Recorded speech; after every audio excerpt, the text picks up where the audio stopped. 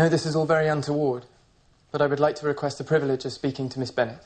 This 19th century story of English society's landed gentry remains one of the 21st century's most loved books. Welcome to WatchMojo.com, and in this installment of Mojo Notes, we'll be exploring 10 things you should know about Jane Austen's Pride and Prejudice. It is the tale of a young woman, two young women. Better than the circumstances. So many Number 10. About the author. Born in England in 1775, Jane Austen grew up as one of 7 children. She received little formal education and was mostly homeschooled by her father and brothers. The many books she read inspired her to write her own material. My cousin is a writer. Of what? Jane? Novels. Number 9. Influences and inspiration. Like most women of the 18th century, Austen spent much of her time socializing, practicing music, sewing clothing, and helping other females with chores. But she never gave up her interest in writing. Her parents were part of a British social class called the landed gentry, so their customs and traditions greatly influenced her writing. Pride and Prejudice was no exception. Does the young lady know Mr. Darcy? Only a little. Do you not think him a handsome man, miss? Yes. Yes, I dare say he is. Number 8. Settings and era. Set in England in the early 1800s, the world of Pride and Prejudice was very close to Austen's own. As landed gentry members, the novel's characters realize that their backgrounds, actions, and education mean everything. Has your governess left you? We never had a governess. No governess? 5 daughters brought up at home without a governess. I never heard such a thing. Your mother must have been quite a slave to your education. Not at all, Lady Catherine. Their wealth and social standing are other factors that also affect their relationships in society, as well as the potential for marriage. I wonder who first discovered the power of poetry in driving away love. I thought that poetry was the food of love. Of a fine, stout love, it may. But if it is only a vague inclination, I'm convinced one poor sonnet will kill it stone dead. So what do you recommend to encourage affection? Dancing. Even if one's partner is barely tolerable. Number 7. Plot. The novel follows the story of Elizabeth Bennet and her 4 unmarried sisters as they experience the many ups and downs of being courted by various eligible bachelors. Elizabeth's prejudices initially keep her from falling for rich and single Mr. Darcy. However, his pride is also to blame. But the 2 protagonists are eventually able to see past that and find love with each other. If, however, your feelings have changed,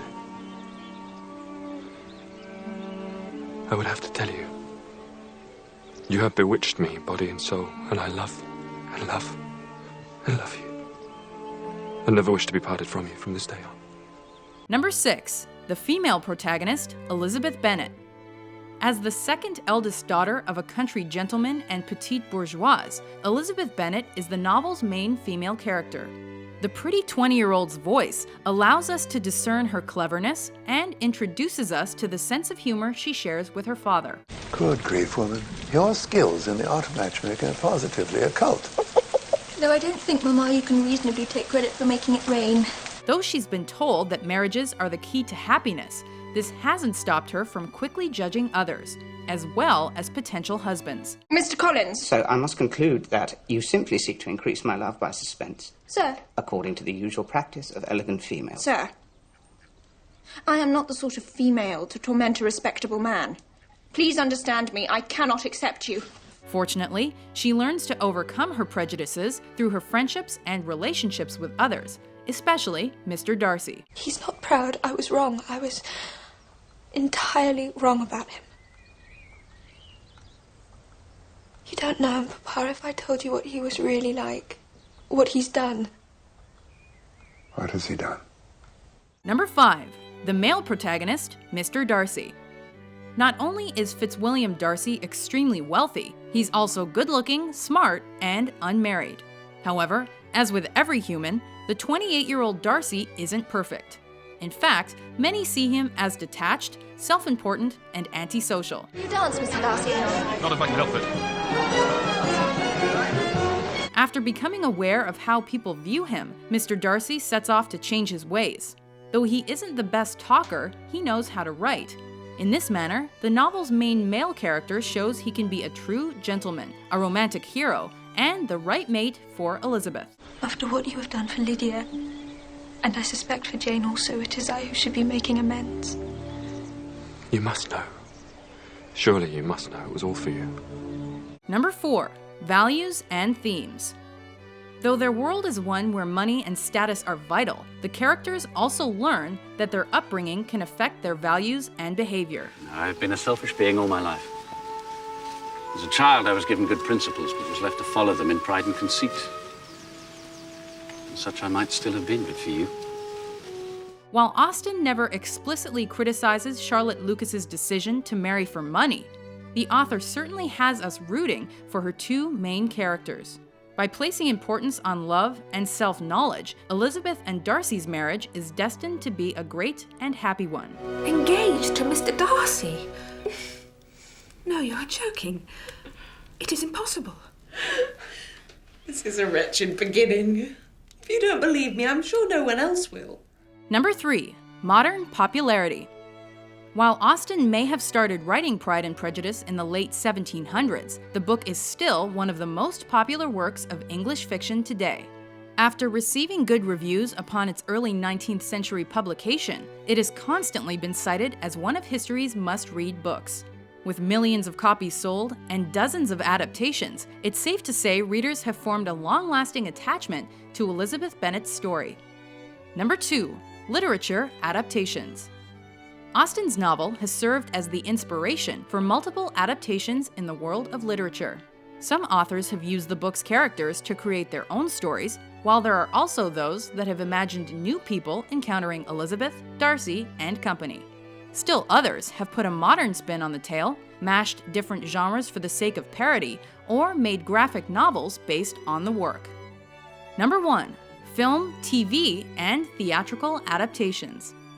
One of the novel's most notable stage productions was the 1935 Broadway play, which paved the way for the well-received 1940 film starring Oscar-winning Laurence Olivier. Whatever I did, I thought only of you. Oh, Mr. Darcy, when I think of how I've misjudged you,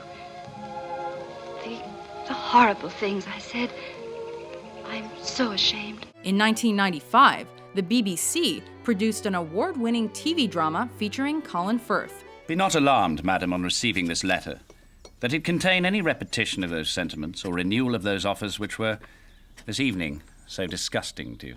The actor later played a Darcy-inspired character in a successful movie reimagining of the book. Perhaps, despite appearances, I like you very much. Apart from the smoking and the drinking and the vulgar mother and the verbal diarrhea. No, I like you very much. Just as you are. With Oscar-nominated Keira Knightley as Elizabeth Bennet, younger audiences were once again captivated by Pride and Prejudice with the 2005 film. Do you agree with our list? What's your favorite piece of Pride and Prejudice trivia? For more informative top 10s published every day, be sure to subscribe to WatchMojo.com. How does it end?